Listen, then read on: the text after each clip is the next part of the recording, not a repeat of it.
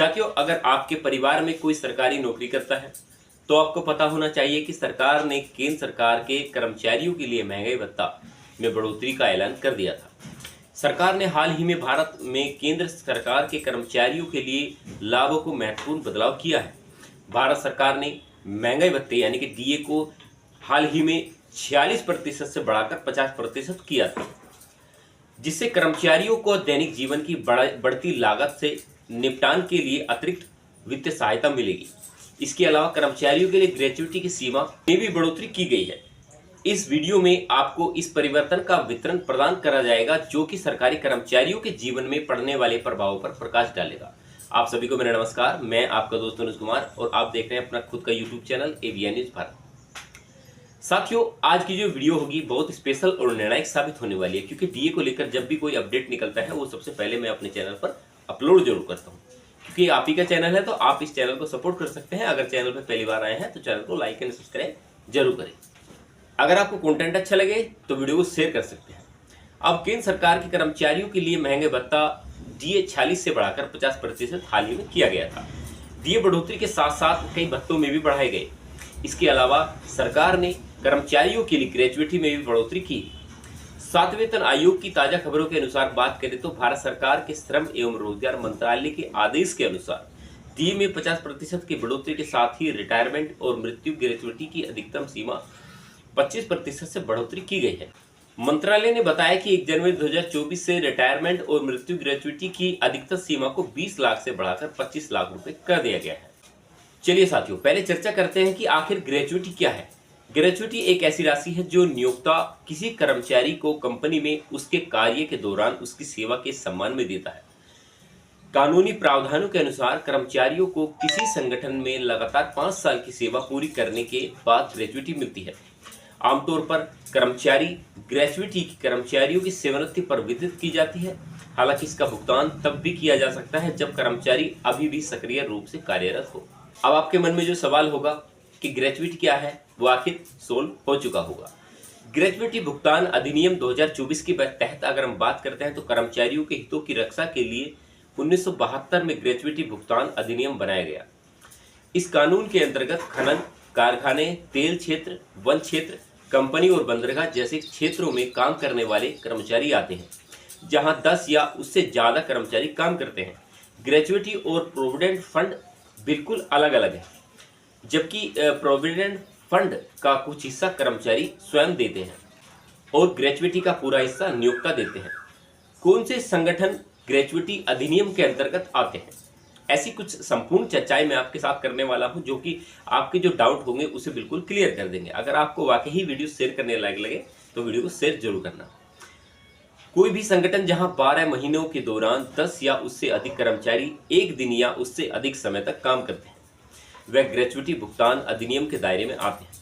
एक बार जब कोई संगठन अधिनियम के दायरे में आ जाता है तो वह निश्चित काल तक उसके दायरे में रहता है, भले ही बाद में कर्मचारियों की संख्या 10 से कम हो जाए। साथियों, अब चर्चा करते हैं कि ग्रेच्युटी अधिनियम की श्रेणियां क्या हैं या किस प्रकार वो काम करती है। ग्रेच्युटी भुगतान अधिनियम 1972 के तहत कर्मचारी को मिलने वाली ग्रेच्युटी राशि का गणना का फॉर्मूला निर्धारित के लिए उन्हें 2 श्रेणियों में विभाजित किया जाता है। प्रथम श्रेणी में वे कर्मचारी शामिल हैं जो अधिनियम के दायरे में आते हैं। दूसरी श्रेणी में वे कर्मचारी शामिल हैं जो अधिनियम के दायरे के बाहर होते हैं। किसी भी निजी और सरकारी दोनों ही क्षेत्र के कर्मचारी इस दोनों श्रेणी में आते हैं। यहाँ तक कि नियोक्ता कंपनी या संगठन जो दूसरी श्रेणी के तहत ग्रेच्युटी अधिनियम के अंतर्गत नहीं आते, वे चाहे तो अपने कर्मचारियों को ग्रेच्युटी लाभ प्रदान करने का विकल्प चुन सकते हैं। अब संपूर्ण चर्चा करते हैं कि आखिरकार ग्रेच्युटी की गणना कैसे की जाती है। श्रेणी 1 के लिए बात करते हैं तो श्रेणी 1 के कर्मचारियों के लिए ग्रेच्युटी की गणना के लिए जो सूत्र है इस प्रकार है: 15 गुना अंतिम वेतन गुणा सेवा की अवधि को 26 से विभाजित किया जाता है। अंतिम वेतन की मूल गणना मूल वेतन, महंगाई भत्ता और अर्जित कोई भी कमीशन यदि लागू हो जोड़कर की जाती है। इस फॉर्मूले में कर्मचारियों को 1 महीने में 26 दिन कार्य दिवस को ध्यान में रखते हुए औसतन 15 दिन का भुगतान किया जाता है।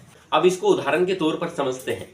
एक लिमिटेड में 5 साल 8 महीने काम करने के बाद श्रीमान ने इस्तीफा दे दिया। इसके आखिरी महीने में उसका मूल वेतन 13,000 रुपये था। इस परिदृश्यता में ग्रेजुइटी की गणना इस प्रकार होगी। देखिए, अब मैं जो गणना का फॉर्मूला आपको लगातार बता रहा हूँ, उसकी गणना आप कैसे निकाल सकते हैं, यानी कि जो आप अपनी ग्रेजुइटी लेने वाले हैं तो उसकी गणना आप कैसे निकाल सकते हैं। अब जैसे कि मान लीजिए मूल वेतन मैंने आपको बताया 13,000, तो उसकी गुना जो होगी 6 से होगी। अब उसकी जो अवधारणाएं हैं, यानी कि जो उसके महीने का औसत निकलेगा, यानी कि महीने के 15 दिन का औसत निकलेगा, तो उसे 15 से गुणा कर दीजिए और उसके बाद उसे 26 से गुणा करेंगे, 26 से भाग करेंगे, तो इसकी जो ग्रेजुइटी होगी वो राशि होगी 45,000 रुपये। अब चलिए साथियों बात करते हैं कि श्रेणी 2 के कर्मचारियों के लिए किस प्रकार से गणना की जा सकती है। श्रेणी 2 के कर्मचारियों के लिए ग्रेजुइटी की गणना का सूत्र है 15 गुना पिछला महीने का वेतन जो भी निर्धारित हो, सेवा की अवधि कितने साल की है और उसमें 30 से विभाजित करना होगा। अंतिम वेतन की गणना मूल वेतन, महंगाई भत्ता और अर्जित को कोई भी कमीशन यदि लागू हो जोड़कर किया जाता है। इस फॉर्मूले में कर्मचारियों को एक महीने में 30 दिन कार्य दिवस को ध्यान में रखना होगा। पहले वाले में 15 दिन ध्यान में रखना होगा। उसके बाद अगर ग्रेजुइटी नहीं है, यानी कि दूसरे नंबर की बात कर रहा हूँ, श्रेणी नंबर 2 की बात कर रहा हूँ, तो रखते हुए औसतन 15 दिन का भुगतान किया जाएगा, यानी कि दोनों ही फॉर्मूले में 15-15 दिन का भुगतान किया जाएगा। अब इसको उदाहरण के तौर पर समझते हैं। मान लीजिए श्री मुकेश ने 5 साल 8 महीने काम किया और बाद में मुकेश जी ने इस्तीफा दे दिया। अपने आखिरी वेतन में उसका मूल वेतन था 13,000 रुपये। चूंकि यह कंपनी अधिनियम के अंतर्गत नहीं आती, एक चीज मेरा याद रखिएगा, इसलिए श्री मुकेश जी का ग्रेजुइटी गणना का जो इस प्रकार होगा, 13,000 मूल वेतन मैंने आपको बताया। अब उसे 5 से गुना कीजिए, फिर 15 दिन के औसत से गुना कीजिए, फिर 30 से भाग कर दीजिए, यानी कि जो उसके महीने का औसत है, तो ये 32,500 रुपये ग्रेजुइटी उनकी बैठती है। मैंने इसमें एक बात और आपके साथ शेयर की थी कि अन्य भत्तों में भी बढ़ोतरी हुई है, उसके बारे में बात करते हैं। जब भी महंगाई भत्ते में बढ़ोतरी होती है तो हाउस रेंट अलाउंस यानी कि HRA भी बढ़ाया जाता है। हालांकि HRA शहरों की श्रेणी के आधार पर बढ़ाया जाता है, जिसे आप शायद जानते हैं। सरकार ने X, Y और Z शहरों की श्रेणी में आने वाले कर्मचारियों के लिए भी HRA बढ़ाया है। कार्मिक मंत्रालय ने आदेश दिया कि DA 50% बढ़ाने के बाद बच्चों के लिए हाउस रेंट सब्सिडी की बढ़ाई गई। इन दोनों भत्तों में 25% की बढ़ोतरी की गई थी। इसके अतिरिक्त सरकार ने चाइल्ड केयर अलाउंस में संशोधन किया, जो विकलांग महिलाओं के लिए एक विशेष भत्ता साबित होता है। सरकार द्वारा भत्तों में किया गया बदलाव 1 जनवरी 2024 से लागू किया गया है। साथियों, ये वीडियो देखकर आप समझ चुके होंगे कि अब जो हमारा DA को लेकर कैलकुलेशन थी, या DA को लेकर जो हमारे डाउट थे, या ग्रेजुइटी को लेकर हमारे जो मन में डाउट थे, वो कहीं ना कहीं क्लियर हो चुके होंगे। मैं आशा यही करता हूं कि आपके जो सवाल होंगे, क्योंकि अधिकतर मैं वो कंटेंट या वो वीडियो बनाने की कोशिश करता हूं जिस भी प्रकार के आपके सवाल निकलते हैं। जैसे भी आप वीडियो में कॉमेंट्स करते हैं, कोई भी कॉमेंट्स हो तो मैं उसको हल करने का प्रयास जरूर करता हूँ। चाहे आप कॉमेंट्स आज करें, लेकिन आपकी वीडियो जो बनाने का मुझे टाइम लगे, क्योंकि इसके ऊपर रिसर्च करना पड़ता है और उसे ढूंढना पड़ता है कि आखिर उस कर्मचारी ने ऐसा सवाल किया है तो उसकी जो ये जो समस्या है वो किस प्रकार हल हो सकती है। लगातार ऐसे कमेंट्स आते हैं कि कुछ ना कुछ पूछने का या जानने का प्रयास करते हैं, तो मैं उन्हें लगातार वो बातें बताने का प्रयास करता हूं जो कि कर्मचारियों को हित और अधिकार की बात करते हैं। और ऐसे ही कंटेंट मैं सेम बनाता रहूंगा और बनाता रहूं।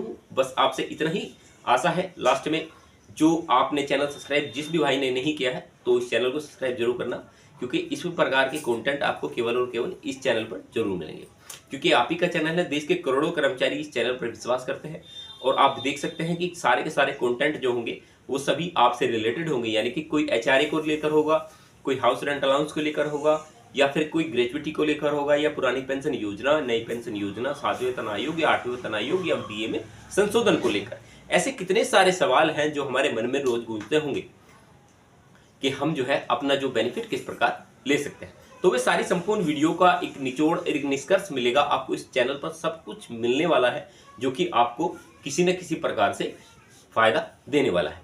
चलिए साथियों, मिलते रहेंगे आपसे ऐसे ही नॉलेजेबल मुद्दे के साथ। आशा करता हूँ चैनल सब्सक्राइब कर चुके होंगे आप। तब तक के लिए नमस्कार, जय हिंद, वंदे मातरम।